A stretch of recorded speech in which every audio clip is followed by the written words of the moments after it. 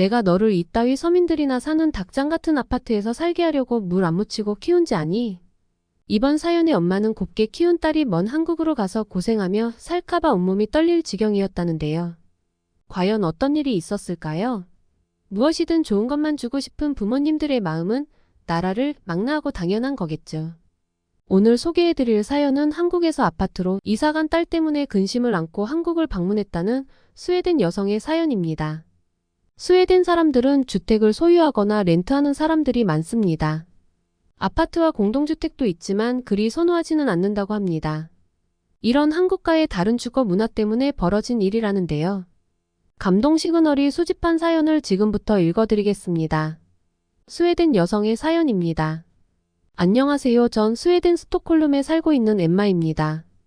지금껏 살아오면서 이토록 가슴이 철렁했던 일은 없었어요. 스웨덴인 특유의 성격도 한몫할 것 같은데요. 스웨덴에는 다양성과 다른 문화, 관점 및 가치를 수용하는 데 개방적이며 편안하게 새로운 아이디어와 사람들을 받아들입니다. 또한 평등주의와 사회적 평등을 중요하게 여기는 나라로 대부분의 스웨덴인은 다른 사람과 공평한 대우를 중요하게 생각합니다. 그래서 딸 아이의 어떤 결정도 존중해주고 당황스러워도 상황을 받아들이려고 했었는데요. 하지만 단 하루 아직도 그날이 생생하게 기억에 남습니다. 하나밖에 없는 딸이 결혼한다는 폭탄 선언을 할 때도 그럴 수 있다고 생각했어요. 제 인생이 아니니 결혼은 언제든 할 수 있잖아요. 하지만 한국으로 갈 거라는 말에 가슴이 철렁 내려앉으면서 예측하지 못했던 딸의 결혼과 한국인 사위, 그리고 한국으로 떠나는 과정까지 이해하지 못한 채 쳐다봐야 했습니다. 처음 딸이 결혼한다는 말을 전했을 땐 어떤 사람이냐고 물어보는 걸로 호감을 표현했어요. 결혼하기엔 좀 이른 나이지만 혼자 사는 게 아니라면 사랑하는 사람을 만났을 때 결혼하는 것도 나쁘지 않으니까요. 딸에게 듣는 예비 사위는 상당히 괜찮은 사람 같았어요. 나이 차이가 좀 났지만 딸을 누구보다 사랑하고 아껴주는 것 같았거든요. 하는 일이나 사고방식 등을 묻는 게 전부였어요. 전 꿈에도 예비 사위가 스웨덴인이 아닐 거라고 생각하지 않았으니까요. 마침 저의 생일이 다가오고 있었어요.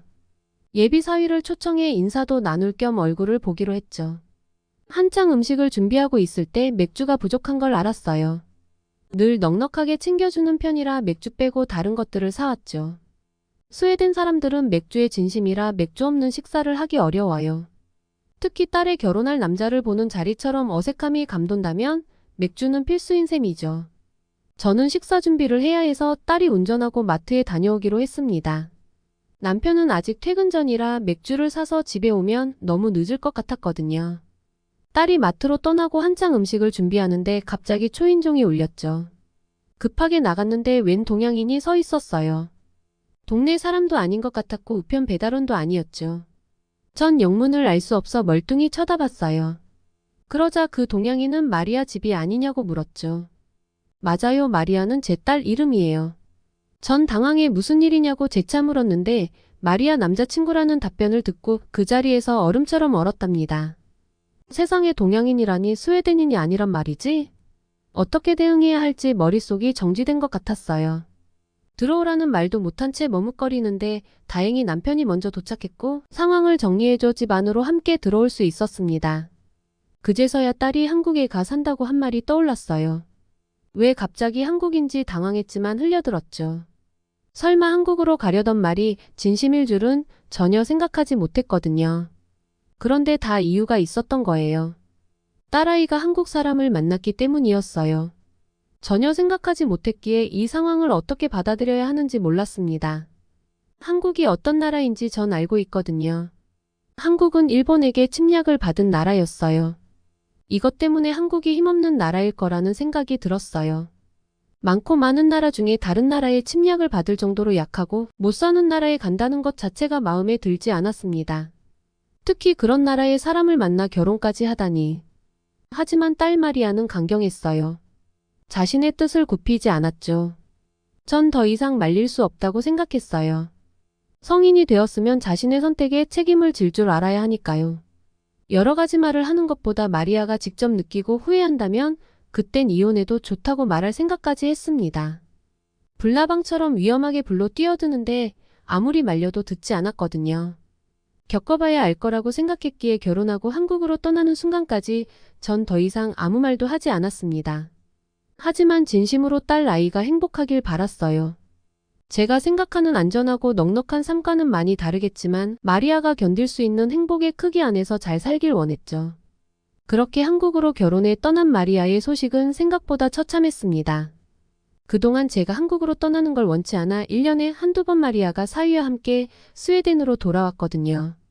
스웨덴에서 휴가를 보내고 다시 한국으로 돌아가는 형식이었죠. 그래서 마리아가 사는 게 괜찮다고 생각했어요.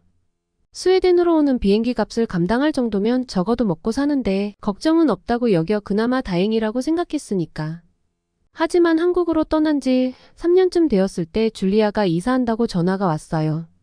제가 종종 스웨덴에서 마리아가 좋아하는 간식거리를 보내주었는데 이사로 인해 주소가 바뀌니 당분간 보내지 말라는 말도 덧붙였죠. 전 마리아에게 어느 집을 옮겨가는 거냐고 물었어요. 그러자 마리아는 평수는 비슷한데 기존에 살던 단독주택이 아니라 아파트라고 답했죠. 전 순간 저의 귀를 의심했어요. 그리곤 정말 아파트가 맞냐고 재차 물었습니다. 아파트는 단독주택에 살 수 없을 정도로 돈이 없는 사람들만 사는 곳이니까요. 시설조차 오래되어 언제 무너져도 이상하지 않을 만큼 시설이 좋지 못한 게 아파트인데 지금 한국에 살고 있는 딸 마리아가 아파트로 이사한다니 전 하늘을 원망했어요.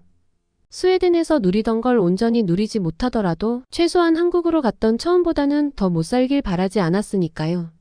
하나밖에 없던 딸이 힘든 생활을 할 게 뻔히 눈에 보였어요. 낡은 집에는 벌레들이 들끓고 마음대로 샤워조차 할 수 없겠죠. 그런 아파트에서 살 마리아를 생각하니 눈물이 앞을 가렸어요. 더 이상 두고 볼 수 없었습니다. 온실 속 화초처럼 너무 곱게 길러서 그런지 모른다는 생각이 들면서 제 자신이 원망스러웠어요. 마리아가 한국으로 떠난다고 했을 때 더 강하게 반대할 걸 그러지 못한 채 자신이 한스러웠죠. 아무래도 사업하는 사위가 망한 것 같았어요. 그러지 않고서야 스웨덴보다 더 작은 단독주택에 살았는데 그보다 더 형편없는 아파트로 이사가지는 않을 테니까요. 전 마리아에게 전화해 이사가는 대로 주소를 알려달라고 말했습니다. 마리아가 한국에 간 지 3년 만에 전 마리아를 다시 스웨덴으로 데려오기 위해 한국으로 떠날 준비를 했으니까요. 이혼시키고 사위에게 마리아를 맡길 수 없다는 말을 할 생각이었습니다. 먼 타국으로 데려갔으면 고생은 시키지 말아야 하잖아요. 더군다나 한국은 마리아에게 외국이었어요. 가난한 외국인으로 한국에서 살아갈 줄리아를 생각하니 가슴이 무너졌습니다. 제가 할 수 있는 건 빨리 한국으로 가 마리아를 다시 스웨덴으로 데려오는 거였죠. 한국행 비행기를 타고 마음이 무거웠어요. 그래도 행복하길 바랐는데 그 끝이 너무 뻔했거든요. 3년이라는 시간을 견딘 게 용하다고 생각했죠. 그나마 그 시간이 있으니 줄리아도 더 이상 우기지 않고 따라올 거라 생각했습니다. 그렇게 마리아가 알려주는 주소로 찾아갔어요. 마중 나오겠다는 마리아와 사위에게 직접 찾아가겠다고 말했습니다. 네 발로 찾아가면서 그 동네가 얼마나 못 사는지, 마리아가 살고 있는 아파트가 얼마나 형편없는지 꼼꼼히 살피며 갈 생각이었거든요. 한국 인천공항에 도착했습니다. 첫 해외여행이었는데 예상했던 것보다 인천공항은 화려하고 컸어요. 일본에게 침략받아 못 사는 나라라고 생각했는데 큰 착각이었죠. 의외라는 생각을 하며 공항 앞에서 택시를 탔습니다. 마리아가 알려준 주소를 보여주며 그곳으로 가자고 말했죠. 택시는 서울을 가로질러 한강을 넘어갔어요. 눈에 보이는 서울의 모습은 상당히 발전이 된 것 같았습니다. 스웨덴에서도 볼 수 없던 높은 건물들이 서울 곳곳에 자리 잡고 있었거든요. 이때 처음으로 이상하다는 생각을 했던 것 같아요. 마치 미래 도시에 와 있는 것 같았거든요. 그리고 저는 택시를 타고 마리아가 살고 있는 아파트 앞에 도착했습니다. 전 제 눈앞에 보이는 아파트를 쳐다보기 위해 한참 고개를 위로 들어야 했어요. 그리고 정말 깜짝 놀랐죠. 스웨덴에 높은 아파트가 없거든요. 엘리베이터가 없는 아파트가 훨씬 더 많고 엘리베이터가 있어도 옛날 방식으로 느리고 위험하죠. 하지만 마리아가 사는 아파트는 고층 빌딩 같았어요. 한참이나 쳐다봐도 그 끝을 보기 어려울 정도로 높은 아파트는 한 개로 이루어진 것도 아니었죠. 마치 하나의 섬으로 구성된 것 같았어요. 단지를 이루고 있었거든요. 상당히 높은 아파트들이 서로 자태를 뽐내는 것 같이 체계적인 형태로 자리 잡고 있었어요. 깔끔하게 자리를 잡고 있었지만 전 마리아가 사는 아파트가 그중 어디인지 찾기 어려웠어요. 다 비슷해 보였고 너무 높아서 입구가 어딘지 찾을 엄두도 나지 않았기 때문입니다. 스웨덴에서는 빌딩이라도 낮은 건물들만 보았기에 마리아가 사는 아파트 단지는 먼 미래의 모습 같았어요. 그때 파란 옷을 입은 경비원이 저에게 다가왔습니다. 그리고는 도움이 필요한지 저에게 물어보는 것 같았습니다. 저는 딸의 주소가 적힌 종이를 내밀면서 제 뜻을 전하려고 최대한 노력했어요. 주소대로 왔는데 도무지 더 이상 찾아가기는 힘들다고요. 그때 다행히도 경비원의 도움으로 줄리아에게 연락을 할 수가 있었습니다. 그리고 마리아는 제가 도착했다는 사실을 알고는 저를 데리러 와주었죠. 세상에, 지금까지 살면서 줄리아가 그렇게 반가운 건 처음이었어요. 낯선 미래에 혼자 동떨어진 느낌이었는데 딸을 보자 한도의 한숨이 나왔거든요. 전 마리아를 따라갔습니다. 엘리베이터를 타자 마리아는 23층을 눌렀죠. 그렇게 높은 곳에 살고 있다니 놀라웠어요. 엘리베이터에서 내려 집 안으로 들어갔을 때 놀라운 광경이 눈에 들어왔답니다. 전 스웨덴처럼 오래되고 좁으면 낮은 층고를 갖고 있는 아파트를 생각했거든요. 물론 아파트 단지를 보았을 때 그 정도는 아닐 거라 예상했지만 눈으로 보는 아파트 내부는 호텔 같았어요. 거실 바닥은 대리석으로 되어 있었고 이사 온 지 얼마 안 되어 마음에 드는 가구를 찾지 못했다며 소파만 덜렁 놓여 있었거든요. 전 오히려 그 모습에서 고급스러운 호텔 느낌을 받을 수 있었습니다. 제 평생 그렇게 높은 건물에서 밖을 쳐다본 건 처음이었어요. 거실 창으로 가까이 갈수록 떨어지지 않을까 두근두근 심장이 쿵쾅대는 걸 느꼈습니다. 하지만 시원하게 탁 트인 풍경은 마치 높은 산에 올라온 것처럼 멋스러웠어요. 해가 지면서 아파트 단지 내 불빛들이 하나둘 켜지고 있었죠. 낮과는 또 다른 야경이 아름다웠습니다. 스웨덴에서 단독주택이 띄엄띄엄 있고 빌라 형식으로 한 집에 여러 가구가 살아도 5층을 넘기기 어려워요. 밤거리는 조용하고 어두우며 썰렁한 느낌마저 감돌죠. 하지만 한국의 아파트 단지 내 풍경은 전혀 달랐습니다. 고요함이 감도는 은은한 불빛들은 편안한 느낌으로 다가왔기 때문이죠. 창가에 서서 창밖을 내다보는데 어디서 시원한 바람이 느껴졌어요. 놀라서 바람이 따라오는 곳을 쳐다봤더니 천장에서 찬바람이 나오고 있었습니다. 맙소사 에어컨을 천장에 달았다니 사위 사업이 망한 줄 알았는데 아니었나 봐요. 스웨덴에서는 전기세가 비싼 에어컨을 가진 가정이 드물어요. 있어도 틀지 않죠. 하지만 난리나는 에어컨도 있었고 그 비싸다는 천장형 에어컨을 달고 아무런 걱정 없이 틀었어요. 시원한 에어컨 바람을 맞으며 창밖을 구경하는데 성공한 사업가가 된 듯한 느낌을 받았답니다. 높은 건물에서 내려다보는 풍경은 정말 아름다웠거든요. 저녁 식사 시간이 되어 식탁에 둘러 앉았습니다. 아무 음식도 없어 당황했는데 갑자기 띵동하는 현관벨 소리가 들렸어요. 그러더니 하나둘 포장된 음식이 도착하기 시작했죠. 익숙한 듯 마리아는 음식을 뜯어 그릇에 옮기고 저녁상을 차리기 시작했어요. 다양한 음식들이 종류별로 식탁 위에 차려지니 파티 음식처럼 근사한 분위기를 완성했습니다. 스웨덴에서 누군가 집에 사람을 초대하면 미리 음식을 사와야 해요. 아니면 집에 있는 식재료로 음식을 만들어야 하죠. 한국은 그렇지 않아도 된다는 사실이 정말 놀라웠어요. 다 완성된 음식을 집까지 배달해 주다니 편리한 환경에서 살고 있는 마리아가 자랑스러워졌답니다. 마리아는 요리를 하기 싫은 저녁이면 이렇게 음식을 시켜 먹는다고 말했어요. 다양한 메뉴는 휴대폰으로 쉽게 고르고 결제할 수 있어 정말 편리하다고요. 생각해보니 마리아가 음식을 주문하기 위해 전화하는 걸 보지 못했어요. 스웨덴은 아직까지 예약이나 주문 같은 경우엔 전화를 사용하는 게 익숙하거든요. 그리고 배달 자체도 흔하지 않죠.